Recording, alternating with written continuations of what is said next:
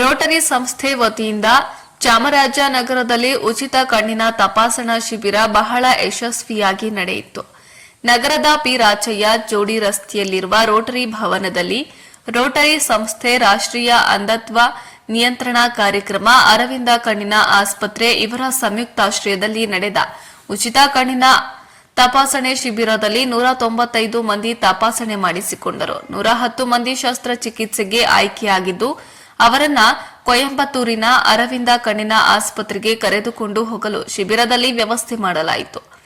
ಇನ್ನು ರೋಟರಿ ಸಂಸ್ಥೆ ಅಧ್ಯಕ್ಷ ಕಾಗಲವಾಡಿ ಚಂದ್ರು ಮಾತನಾಡಿದ್ದು, ಕಣ್ಣುಗಳು ಮಾನವನ ದೇಹದ ಅತಿ ಮುಖ್ಯವಾದದ್ದು. ಅದನ್ನ ಸುರಕ್ಷತೆಯಿಂದ ಕಾಪಾಡಿಕೊಳ್ಳಬೇಕು. ರೋಟರಿ ಸಂಸ್ಥೆಯು ಪ್ರತಿ ತಿಂಗಳು ಮೊದಲನೆಯ ಭಾನುವಾರ ಉಚಿತ ನೇತ್ರ ತಪಾಸಣಾ ಶಿಬಿರವನ್ನ ಆಯೋಜಿಸುತ್ತಿದ್ದು, ಸಾರ್ವಜನಿಕರು ಹೆಚ್ಚಿನ ಸಂಖ್ಯೆಯಲ್ಲಿ ಭಾಗವಹಿಸಿ ಶಿಬಿರದ ಪ್ರಯೋಜನ ಪಡೆದುಕೊಂಡಿರುವುದು ತುಂಬಾ ಸಂತೋಷವಾಗಿದೆ. ಮುಂದಿನ ಶಿಬಿರದ ಸದುಪಯೋಗವನ್ನ ಜನತೆ ಪಡೆದುಕೊಳ್ಳಬೇಕೆಂದು ಮನವಿ ಮಾಡಿದ್ರು.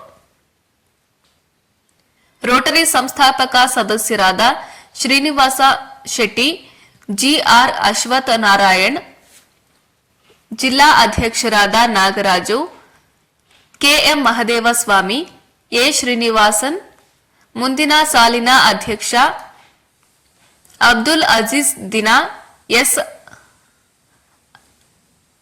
ಅರ್ವಿಸ್ ಶ್ರೀನಿವಾಸ, ಅಂಕಶೆಟ್ಟಿ, ಮಾಯಾ ವೆಂಕಟೇಶ್, ಗುರುಸ್ವಾಮಿ, ನೇಮಿರಾಜ್, ಯೋಗ ಪ್ರಕಾಶ್, ಕಮಲ್ ರಾಜ್, ಸುರೇಶ್, ಪ್ರಭಾಕರ್, ಪಿಆರ್ಒ ವಿಜಯಕಾಂತ್ ಇತರರು ಹಾಜರಿದ್ದರು.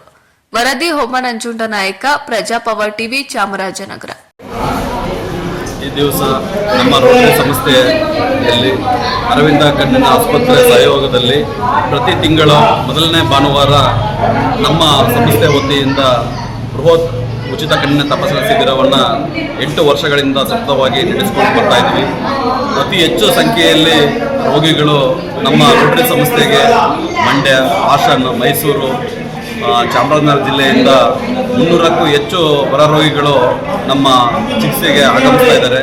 ಅವರೆಲ್ಲರಿಗೂ ನಾವು ಶುಭಾಶಯನ ಕೋರಿ ಅವರಿಗೆ ಊಟದ ವ್ಯವಸ್ಥೆ, ನೀರಿನ ವ್ಯವಸ್ಥೆ, ಎಲ್ಲವೂ ಬಸ್ಸಿನ ವ್ಯವಸ್ಥೆ ಎಲ್ಲವನ್ನ ಉಚಿತವಾಗಿ ನಾವು ರೋಟರಿ ಸಂಸ್ಥೆ ನಿರಂತರವಾಗಿ ಒದಗಿಸಿ ಈ ಸೇವೆಯಲ್ಲಿ ನಾವು ತೊಡಗಿದ್ದೀವಿ.